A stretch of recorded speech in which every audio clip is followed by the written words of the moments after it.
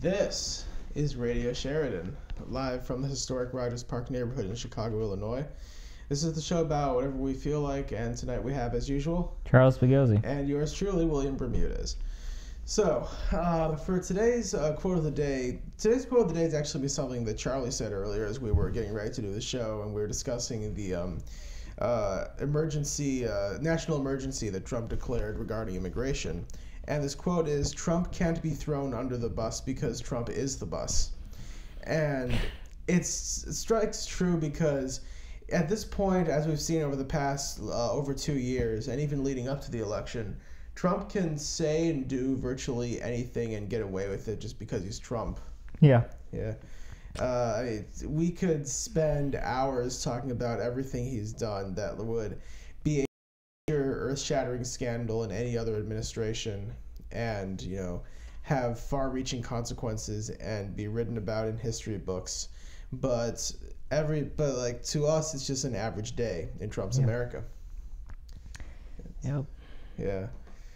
So some of the things that have been happening lately, like probably the most major thing at this point that's been happening with regards to that is the national emergency that was declared. Yeah. It is good to know that there was not going to be a restarting of the government shutdown, as people were afraid, because he did end up signing the bill that was presented to him. But at the same time, as a lot of people believed he would do, would try to get the money for the wall through that other route, which is dubious in terms of legal terms, to say the least. Even the ACLU has come out and said that it's flat out illegal. Mm-hmm. Yeah. Well, I mean, it's just a play in his book. If him being president was a TV show, it's just a classic move. Yeah. It's a plot twist. Yeah. And if this were a TV show, people would say it's unbelievable. Yeah. They would say it's outrageous that no president would actually try it, but as we're seeing, it has. I mean, if we were living a TV show, it would be the most popular, highest ratings you'd ever seen. Yeah, and we're living it. Yeah. We are living it. That's astonishing. Part of me thinks is, if Trump was going to declare an emergency, if the assumption was he was going to declare it no matter what, it makes me think, why not the Democrats have used that opportunity to push through some radical stuff? Yeah, use that same mechanism that he's using. It could be fair game to declare climate change a national emergency, to declare the water situation in Flint, Michigan an emergency, to get that sort of funding. I mean, I don't want that to have to be an option in any sense, because it goes around the law. Right. But at the same time, if you're gonna use that play, then they should be able to use it. Yeah. Yeah, they should be able to have that same option for other issues. I'm just not. I don't know why it would have been interesting if Democrats at the last minute snuck in Medicare for all, for example, in the budget. In the budget. Because at the end of the day, Trump, he caved the first time, and I guess polling. Well, I don't know. Polling is But it does show that. Yeah, he was at fault. The majority of Americans thought it was Trump and the Republicans' fault for the first shutdown. So it would have been interesting if Democrats could have pushed through at the last minute, hey, if we're going to assume Trump's going to declare the emergency, and if he's already at fault for the first shutdown, it wouldn't hurt if we snuck in Medicare for all. Maybe cut the military budget a bit. Or a Green New Deal. Yeah. And not to mention that, speaking of polling, Medicare for all is a highly popular program, and it goes beyond party lines. Right. Both Democrats and Republicans partisan. support it. Yeah, and it's interesting to think that like it has to. I think the support of it has to do with the way it's worded as Medicare for all, not socialized healthcare, because it's such a dirty word still to so many people. Yeah. So well, I mean, like America, in a sense, it's a very leftist country. That, in terms of what the majority of Americans agree upon, Medicare for all, the higher taxes on the rich, that the same base that voted for Trump, they've been so,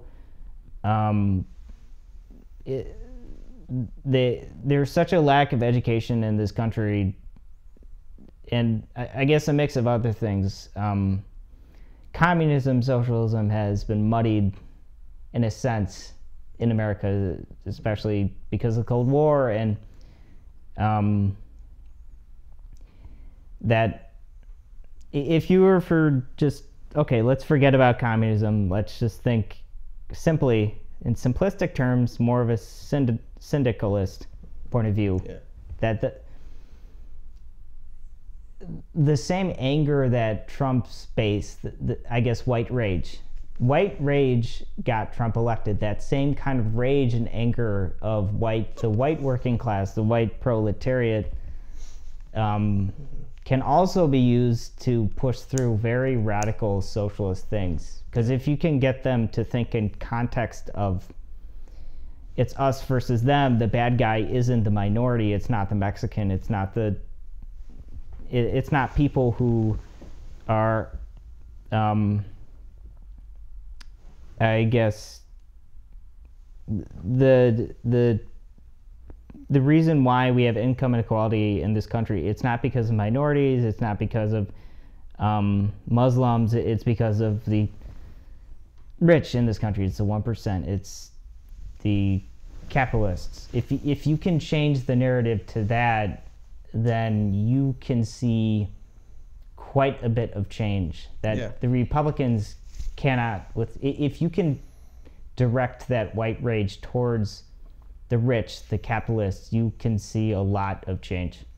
Yeah, that's true. You can see, and that change, and the change, and the rage can be angled towards things that would benefit all people as opposed to just those at the top. Yeah. Because it's interesting to think about how, to use a historical example, the Civil War. The Civil War was fought by the poorest of the poor classes in Southern society for the upper echelons, the plantation owners that wanted to keep their slaves. But people forget to realize that the vast majority of Southerners, overall, if you look at the South as a whole, they didn't. The vast majority of Southerners didn't own slaves, and the 1% were the ones that were the plantation owners. So it was a war that was fought by the poor for the rich. Yeah. And the people that are against socialized health, that are against socialism in this country by and large, are the poor that are being directed by the rich to be against socialism, because the rich know that those policies are going to affect them, because they're not going to be able to hoard as much of their money as they have been. I mean, if the average ultra wealthy person like Bill Gates or Jeff Bezos, if they lost half of their net income, they wouldn't make a difference to them. They probably wouldn't even realize it, because they would still have tens of billions of dollars. And if the average person were to lose half their income, that would be a crisis for them in a lot of situations. And and these policies that are being pushed by the more progressive parts of the left are going to take some of that money, just some of it. It's not going to be it's a negligible amount to them. If say you make $1 million a year, if you're taxed at 90% rate, 80%, you still make $200,000 a year. If you can't live off of $200,000 a year, then you're a complete moron. You can live. You can go without that third mansion. Right. It's just so nonsensical. Yeah. And I guess it stems back to that. It's very American to be individualistic, to believe you pulled yourself by the bootstraps. Your hard work, your self-determination got you to success. And, you know, personally, that's great and all. You feel like you accomplished something. You feel great. It's like, yeah, let's say, example, like you went through college, you got a degree. You feel very accomplished. It's very, I studied, I did all the homework. I got this degree all on my own. That's great. You can be a productive member of society. Right. And that on one hand, you're doing fine by yourself, but it's against, well, at least in the modern sense, I think, it's very against American values that collectively we have to work together. Mm-hmm. Because it's not that long ago in the 40s and 50s that the membership in unions was very large.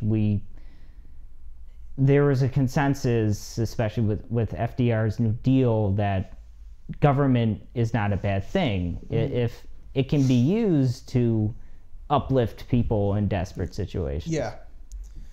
And it's interesting because you bring up FDR, because FDR wanted to actually increase the size of the Supreme Court. He wanted to increase the sort of the influence, because he wanted to get a lot of those policies pushed through. But Republicans were very much against that. They didn't want those. They didn't want those very progressive, sort of radical for their time policies, and that's sort of where you see the beginning of the socialist boogeyman occurring. You know, or maybe not the very beginning of it, but that's where you see it starts. That's where you see this ideology, the Red Scare, really start to unfold. That's where you start to see a lot of that. All right, I do have to wonder if there's going to be any successful, I should say, court challenges of the national emergency. Yeah. I know that there have been several states that have actually filed a lawsuit against Trump because they didn't want some of their funds diverted to the wall. I think Illinois is one of those states, actually. Really? That sued him, yeah. That's not surprising. Yeah, let me see if I can find the list, actually, of what states sued Trump. Yeah. Because I'm pretty sure Illinois was on there.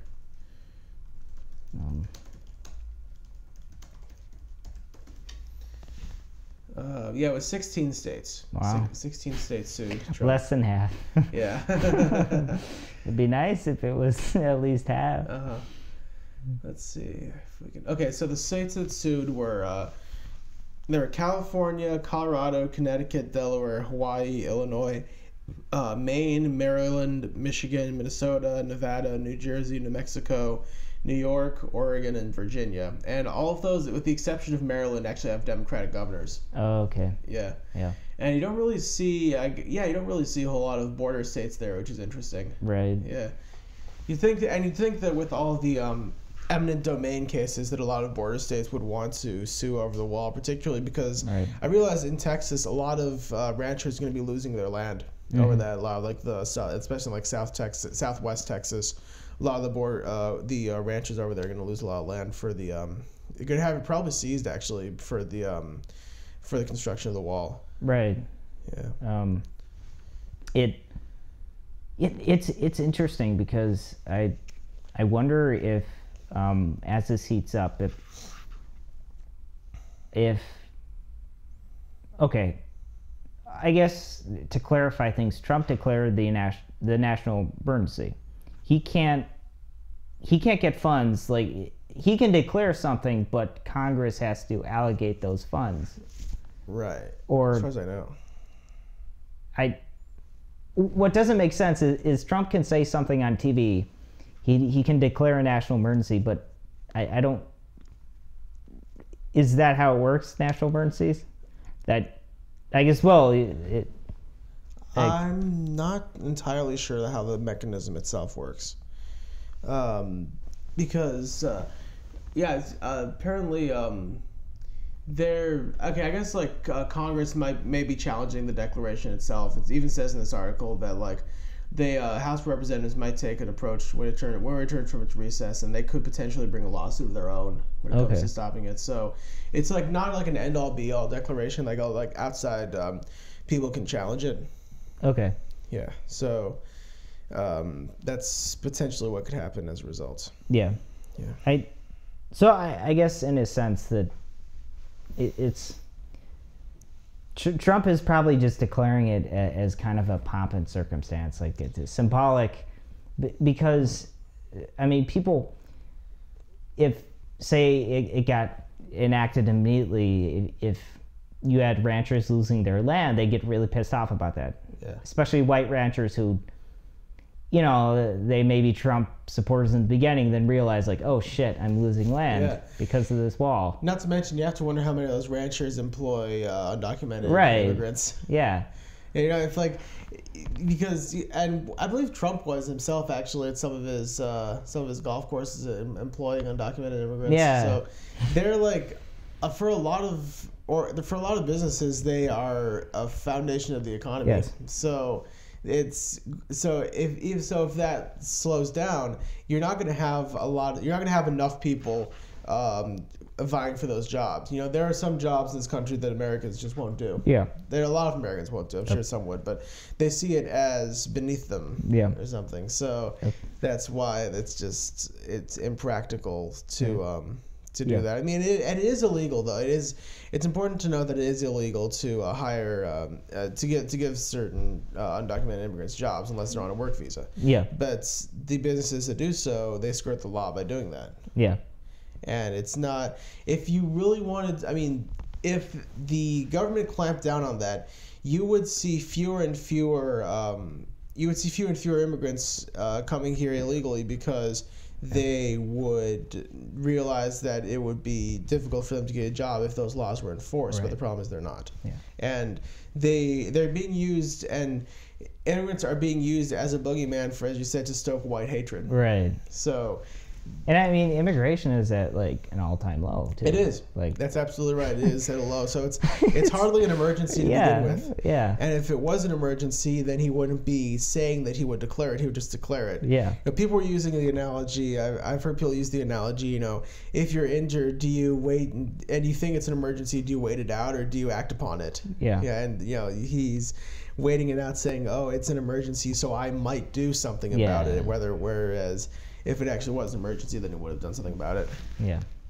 Interesting. So, all right, that's gonna be see what happens regarding the national emergency. How about we talk about I guess Bernie Sanders entering the race next? Yeah. All right. So Bernie Sanders, who ran for president in 2016 as a Democrat, declared, I believe it was on Monday, he declared that he was going to run for office in 2020. And actually within, I believe it was the first 24 hours of making that announcement, he actually raised about $4 million. Holy shit. Yeah, he raised a lot of money within the first 24 hours. Yeah. So his campaign is certainly on the right, has a good start to it. But I think he's going to have a slightly better chance than he did in 2016, even though there's going to be more people in the race. More people are aware of him, more people... people would be aware of... People are aware of what the DNC did in 2016 to focus more attention on Hillary Clinton as opposed to her, or as opposed to Sanders, rather. But now people are aware of the sort of things that the DNC does, and they would feel more comfortable supporting him because they're more aware of him, and they are aware that progressive policies are... they're not just a pipe dream anymore. Like, there's something that people can actually support because they understand how it would benefit the country. Right. So, I mean, what do you think his chances are of doing well?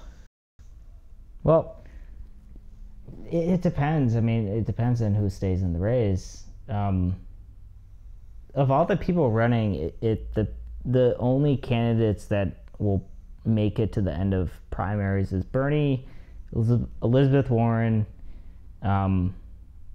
Kamala Harris, and so those three, maybe. I'm not sure about Cory Booker, and Tulsi Gabbard too. I'm just not. Yeah, Tulsi Gabbard. I don't know if she's like really. I don't know if she's a big enough a name to get any major traction. Cory Booker, maybe, I don't know. But I think in the end, the race is probably going to get down to maybe Sanders and Warren and maybe Harris also. Yeah. So, and I think really the DNC's favorite at this point is probably Elizabeth Warren because she's a bigger name within the party. She's a bigger name. She's I think if she does get the nomination, I'm not sure what her chances would be of actually winning the election, though. Yeah. Because like she would get smeared, I think, in a similar way to how Hillary Clinton did. It'll be well, what's scary about it, I'm worried it'll turn into like Kerry versus Bush. That if Trump is still up on the stage, he's going to bully his way through, and Elizabeth Warren won't be able to make a point. Yeah. And I mean, things are different too. I'm just not. I'm no expert. I'm not sure because I guess the fact that people need a personality like Trump to be turned on in order to engage in politics really changes the game. Yeah, people need somebody who's very brash. They need somebody who's willing to speak what's on their mind. And until then, really not a whole lot of politicians did that. No. At least not to an effective way that would get them votes. That's why somebody who's very milquetoast, someone who's very going to do very well in this political climate. Yeah. And you can be like educated, and you can have a PhD, and if it was Obama versus Trump, I honestly would have no idea who would win, because I'm not sure. I mean, I'm really not sure. I mean, Obama like would be, I think, appealing to people because he's more well spoken than Trump, because he is able to sort of project. Well, in his when he originally ran for president, he projected an image of hope and wanted to change, wanted to move past the previous administration, and that's what attracted people to him. But Trump, on the other hand, had an ultra nationalist, in a sense, approach to it, and that's, I think, what resonated. That's how a lot of people he resonated, I think, with a lot of people. So that's how that was able to succeed so well. When you look at a candidate like Hillary Clinton, it really wasn't able, compared to Trump, to get people excited, to get people. And she wasn't able to use the media and use social media to her advantage. I mean, even Trump, Trump's campaign in 2008 actually won marketing awards because they were able to. They were able to, more than really anybody had at that point in presidential politics, at least, to. They were able to reach out to young voters. They were able to reach out to first-time voters. And they had this. It was all about image to him, and that's really what really helped win him the election. But Trump was able to, I think, appeal to people's. Well, he appealed to people's fears, but he also appealed to the image that people had of white America. Right. And that image is what some people saw as the good old days, and that's what they wanted with Trump. That's why they wanted Trump, because they felt that he could help bring that back. Yeah. It's, in some way, it's turned into a spectacle. It's turned into a TV show. Yeah. Every 4 years we have. Well, that's what's really scary, is it is going to turn into this spectacle, this TV show. And there's a danger to that, because I think it was George Orwell who said, when politics become an illusion, that's when people become more desperate and are more open to more extreme and dangerous political ideologies. Yeah, because they feel that they aren't being represented by what's currently happening, so they move further to the left or the right, depending on what they perceive as being the unfair or the controlling party. Yeah. So things just become more and more polarized. I get in a sense that Trotsky wrote a book. It was called "What Is Fascism and How to Fight It," and he was meant. who were previously social democrats or socialists in Germany, and were able to were able to build coalitions with the Nazis until they sort of engulfed more and more and more of the legislature there, until it basically became a one-party state. Yeah. And the people, and then those same people that were developing coalitions became enemies of the state and were eventually killed, or either killed or imprisoned, and were taken out of that structure. So, and that's really how they were able to transform Germany into this ultra-partisan, ultra-right-wing state. Yeah. And, I've told people before, like so many times people will say that socialism is bad because they say the Nazis were socialists because of their name. Yeah. And I've told people that saying that is like saying that the Democratic People's Republic of Korea is democratic. They may, like North Korea, they may have a constitution on paper, but look what they do to political dissidents. Right. They throw them in where essentially concentration camps. Yeah. Or the Soviet Union called themselves a socialist republic. They did, when yes. They weren't socialist. No, they weren't. No. They were a bastardized version of Leninism. Yeah, they are. Yeah. Yeah. So, and we always thinking about who would you think would be a good vice if Bernie Sanders does get the nomination for president. Who do you think would be a good running mate for him? I don't know. It would be interesting to see a Sanders Warren ticket. Yeah. Or a Sanders, take Sanders and somebody who is younger and perhaps more on the moderate side of the Democrats, because that would attract independents also. Yeah. So if you could take Sanders, who has all these excellent ideas, and somebody who as vice president could support him in that, right, while still maintaining support from not Democrats and others that aren't necessarily totally progressive, but they still in some sense support those ideologies, like the Republicans you were talking about earlier that were Medicare for all. Yeah. You could easily, I think, attract people towards that part of the part of the spectrum with that. Yeah. So that's gonna be interesting. I think it's still way too early to tell who is gonna get the nomination. Yeah. It's gonna depend on who is able to portray themselves as serving the public best as well, or serving the interests of the public best, as well as who really the DNC wants. Although I don't think that's going to be as much of an issue as it was in 2016. Because, like I said, people will have that understanding that the DNC can't get away with as much as they used to be able to, because they're the voters understand that they were able to do that, but then they want to make sure that doesn't happen again. Yeah. So I mean, we won't really have an idea until they're all on stage together. Yeah. And even in the Republican primaries last year, you had 10 people on stage or more for a debate, and you were able to see who had really the wherewithal to continue a campaign at that level.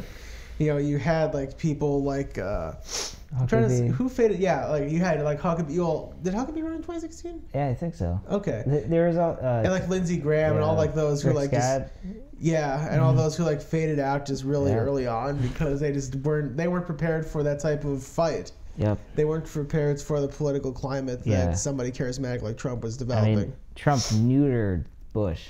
On that stage. Trump effectively ended Bush's political career. I mean, it seemed at the very beginning of the last cycle that the race was going to be Clinton versus Bush. Yeah. It really did, because Bush was really the party favorite. Bush, and probably I would say also Ted Cruz, were the party favorites. And although Cruz came close, they just couldn't stand up to Trump.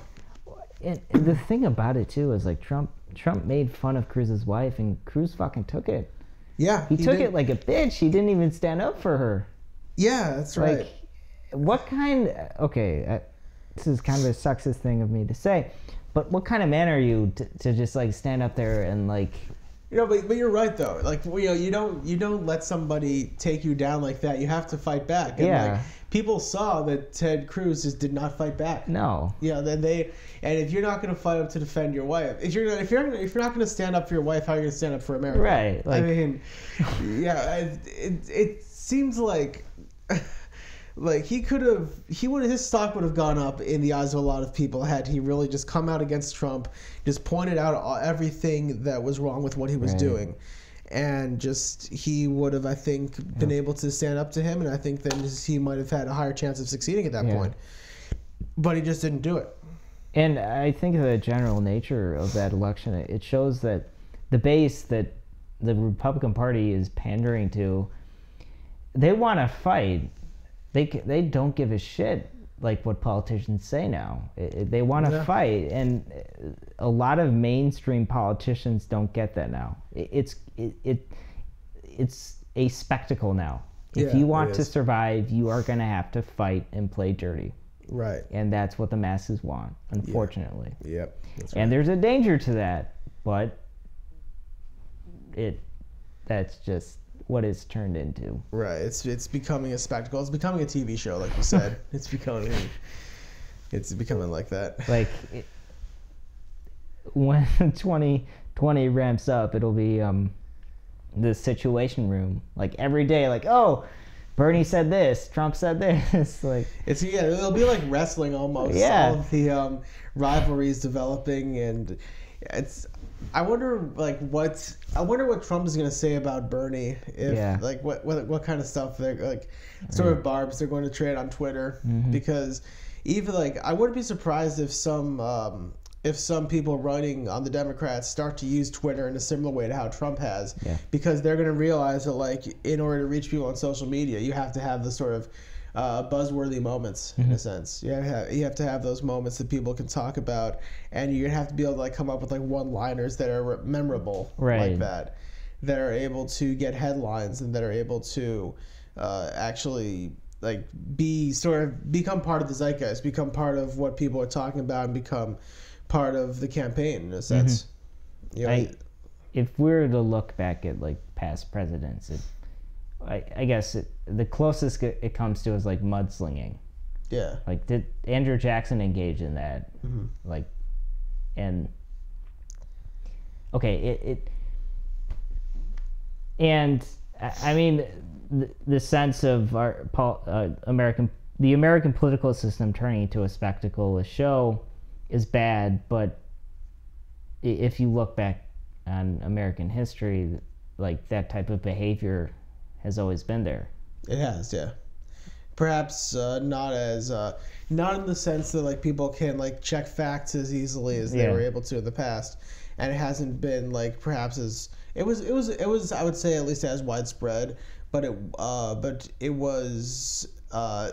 it still caused, I suppose, polarization, but it wasn't as instant in a sense as it is now, because you have just the advent of technology. People are able to it becomes part of the cultural consciousness more quickly now than it does, just because there's so much information it just occurs almost instantly. I guess now it's the whole presidential race is becoming less intellectual. Yeah, it is. I would say so. And I mean, the direction it's heading at, I wouldn't say it's necessarily a bad thing. It's okay. Trump's an idiot. He's not good for politics. But I guess this is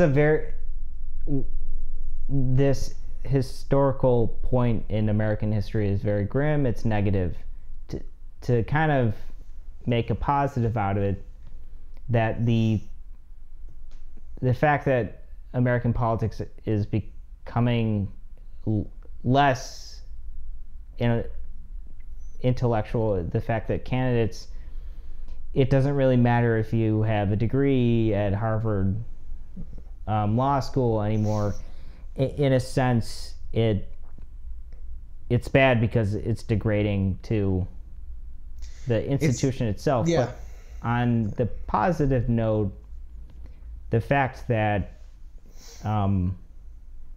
it's becoming kind of a competition to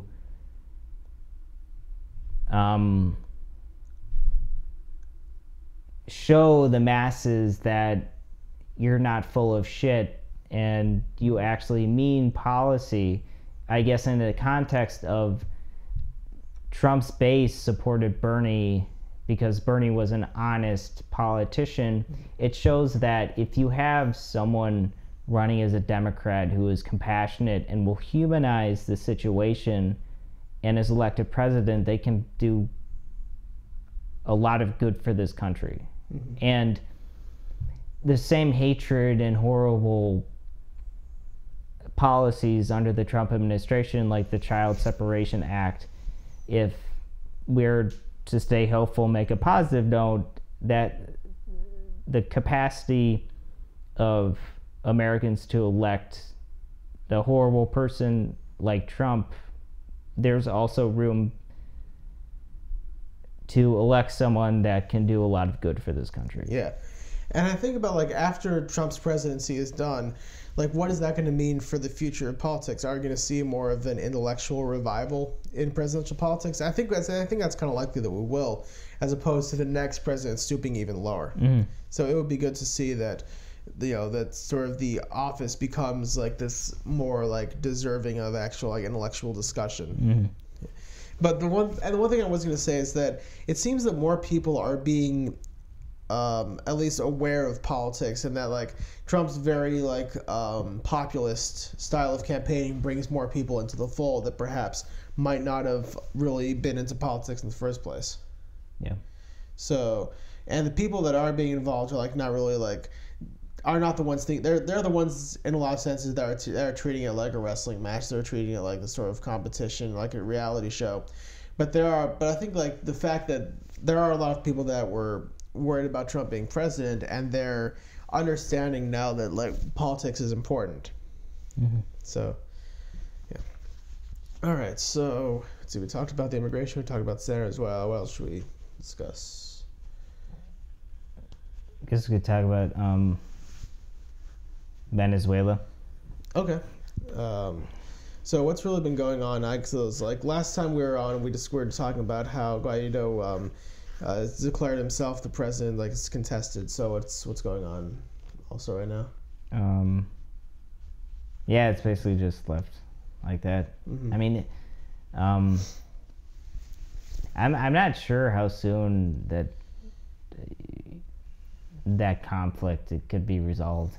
I'm just not.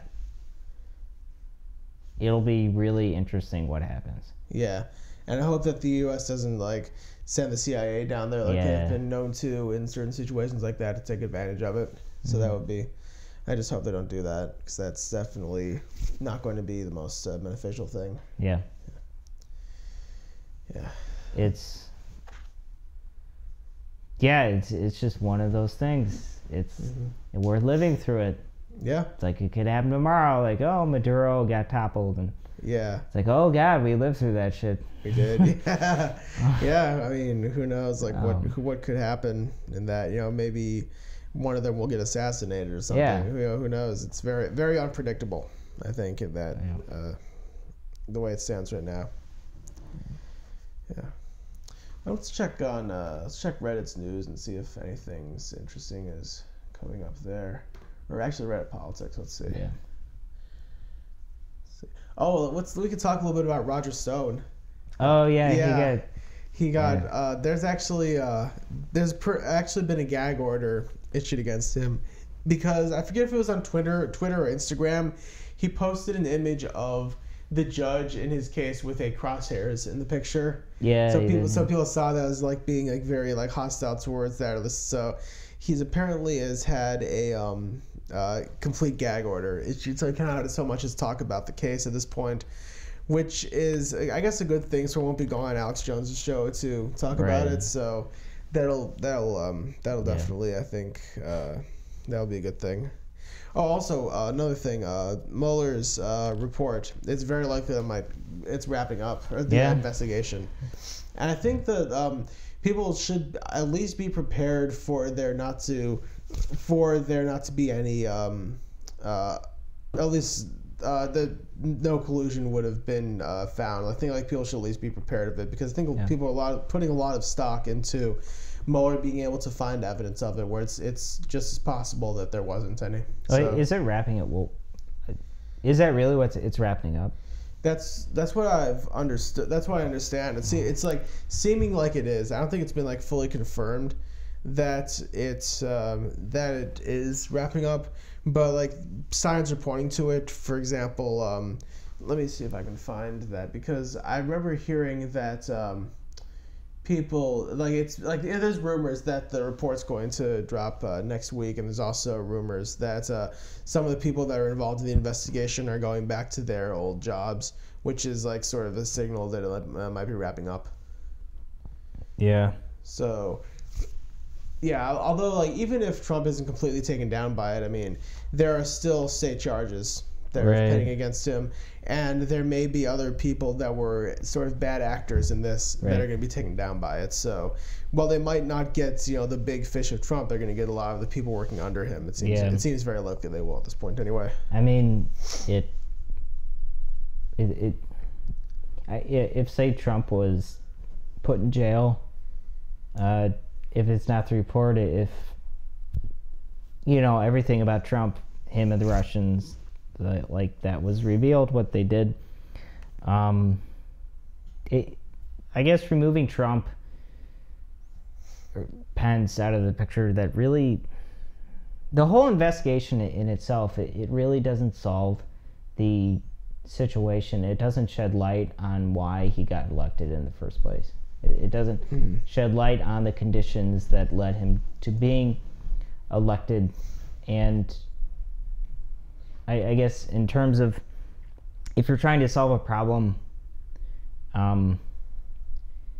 you can eradicate it and say Trump is a system. He's a symptom of a problem. You can eradicate that symptom. You can eradicate that. You can get rid of it, but you're not taking a critical look.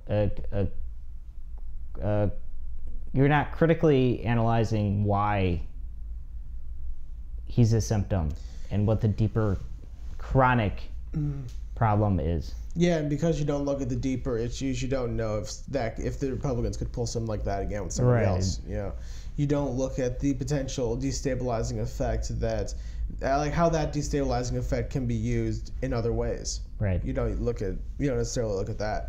And that's really, I think, what the end goal of the investigation should be. It shouldn't be specifically about Russia-Trump. It should be about the mechanisms that were used to affect our electoral process. Right. And how those mechanisms can be used to basically put people, to polarize the voting public and to polarize ideologies, and to create the and to basically instill xenophobia and fear within the country, because that's really that's going to be one of the long-lasting effects of Trump's presidency, and that's not something that's going to go away immediately. Even if he is removed from office and convicted and everything, you're still going to have those feelings within the public. You're still going to have people that believe Trump was right all along. Right. Yeah. Even if his approval rating continues to sink, you're still going to have his core supporters. And I don't think you're going to go. Let me actually see what Trump's current approval rating is. I think it's in like the 40s or something. I guess you make an interesting point that, I mean, myself personally, I'm so uncertain about the future of this country, because there really is there's no politician that's saying why Trump was elected in the first place, why we're in this state where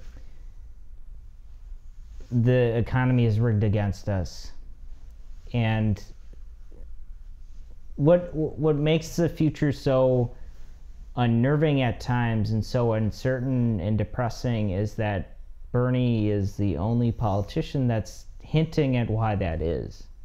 Yeah. That there's no real leader, and it doesn't have to be of the Democratic Party. There really is no American politician that's out there saying, this is the problem, this is why we got into this mess we are. Yeah, everyone looks at it on his face. They don't look at the root causes, except for Sanders. According to 538, Donald Trump's approval rating right now is 42.5%, and his disapproval is 53.2%. Which is interesting, because it looks to be it looks to be sort of on an upswing since the beginning of February, because Let's see. February 1st, the rating was like 39.6%. It just like trickled a little bit up since then. So it's actually gone up in the past month. That's interesting. Mm-hmm. And the last time it was at 42.5% before this was back in December. Damn. Yeah, so, I think it'll be interesting to see how that changes in the next few months, like once more of what Robert Mueller's doing actually comes out. But then again, who knows? Maybe it'll lead to his approval rating going up even further if it turns out there's nothing of note, and it turns out that he doesn't get convicted. Mm-hmm. Another thing we could talk about is the Jussie Smollett. Jussie Smollett, who supposedly had a hate crime, racial, homophobic attack happen to him in Chicago, I believe he's out on bail currently. Yeah. And he actually did face a judge earlier today regarding the fact that he may have fabricated the whole thing and actually paid people to act as the people that were harassing him. So, and that's if it does turn out that he fabricated that, that's unfortunate, because that's going to lead to people thinking that like other attacks might not be legitimate. Like, people are going to question that in the future. Yeah. So that's it kind of makes me wonder though why you would do something like that. Like what sort of rationale would you have? Mentally ill. Mentally ill, wanting to. I think probably his reasoning would have been that he wanted to call attention to these sort of things, but the way he did it, like even like when it happened, people were calling it into question, because that kind of stuff just doesn't happen in Chicago. No. I mean, like, that sort of people that he described as being involved in it are just not the kind of people that you see in Chicago. Yeah. I mean, even though there are people in Chicago that support Trump, they're not the kind of like out and out aggressive people. Like, it's not like it's Mississippi or Alabama or something. You don't see like out and out racial or homophobic attack. You don't see hate crimes in general in Chicago. Yeah. It's just that's not really like the culture of Chicago. Just does not allow that to happen, because you have all of these different groups coexisting in the city to begin with. Yeah. So you wouldn't even have that. I mean, even like last summer, someone was saying racial slurs in the Blue Line subway, and he got like punched in the face. Yeah.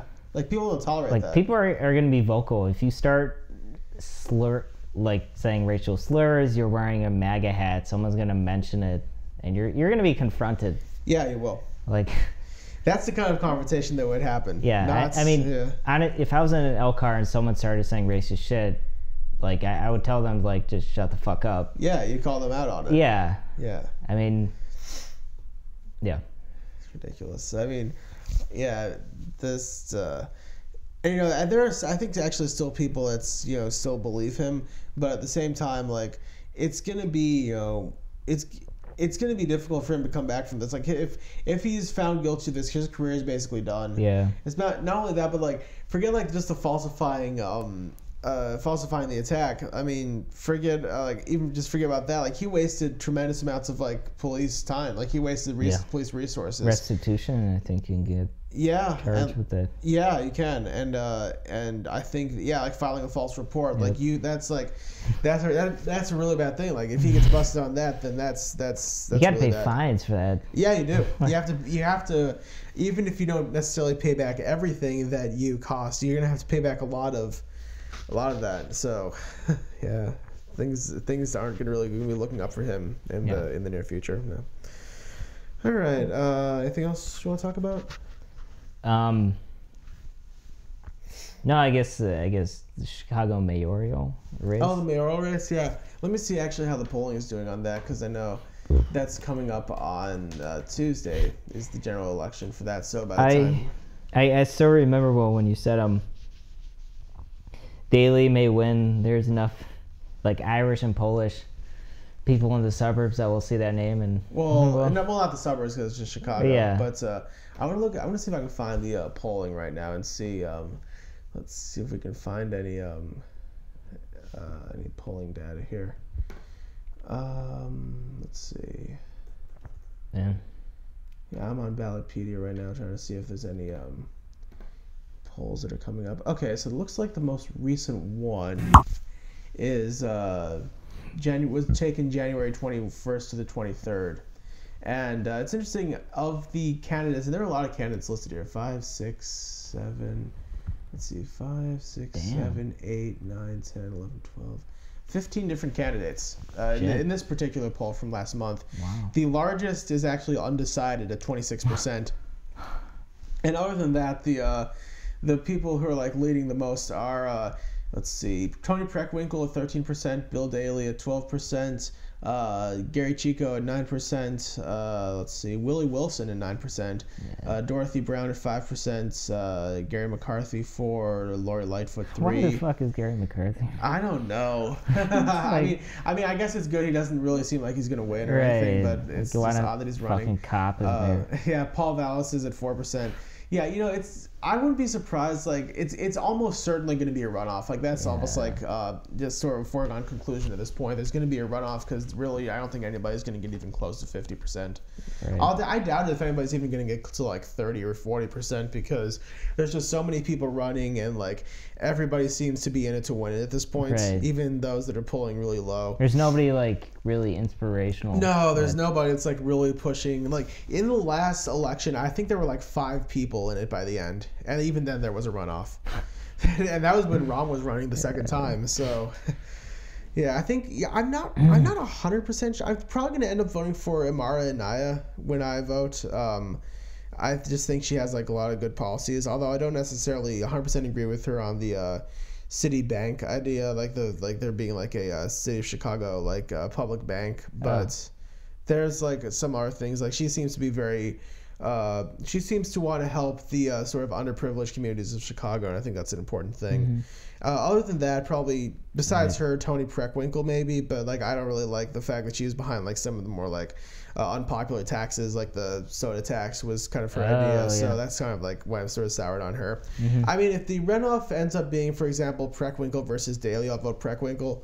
But other than that, like I don't really see a I mean, I don't see Amara and I making it to the runoff, assuming there is one. But I don't know. I think just in general, I think she's a good candidate, which is why I'm going to vote for her. But there's There's a lot of candidates that like their solution for the crime is more cops. Yeah. Give them tasers. Or like that's not really addressing the issue. Like I think there was a candidate in 2014 that was in favor of bringing in the National Guard into neighborhoods to stop crime. I think nowadays that's a very unpopular idea. So I don't really think that there's gonna be any traction gained for that. No. But yeah, it's gonna be that'll be interesting to see how this all stacks up when it comes to the election and the inevitable runoff afterwards. Yeah. Wow. Okay. So, anything else? That's pretty much good, you think? Yeah, no. Okay. I can think of. That's pretty much it. That's all we're talking about this time. So, I guess that'll end this edition of Radio Sheridan. Thanks for joining. We'll be back soon. We will indeed be back soon. All right.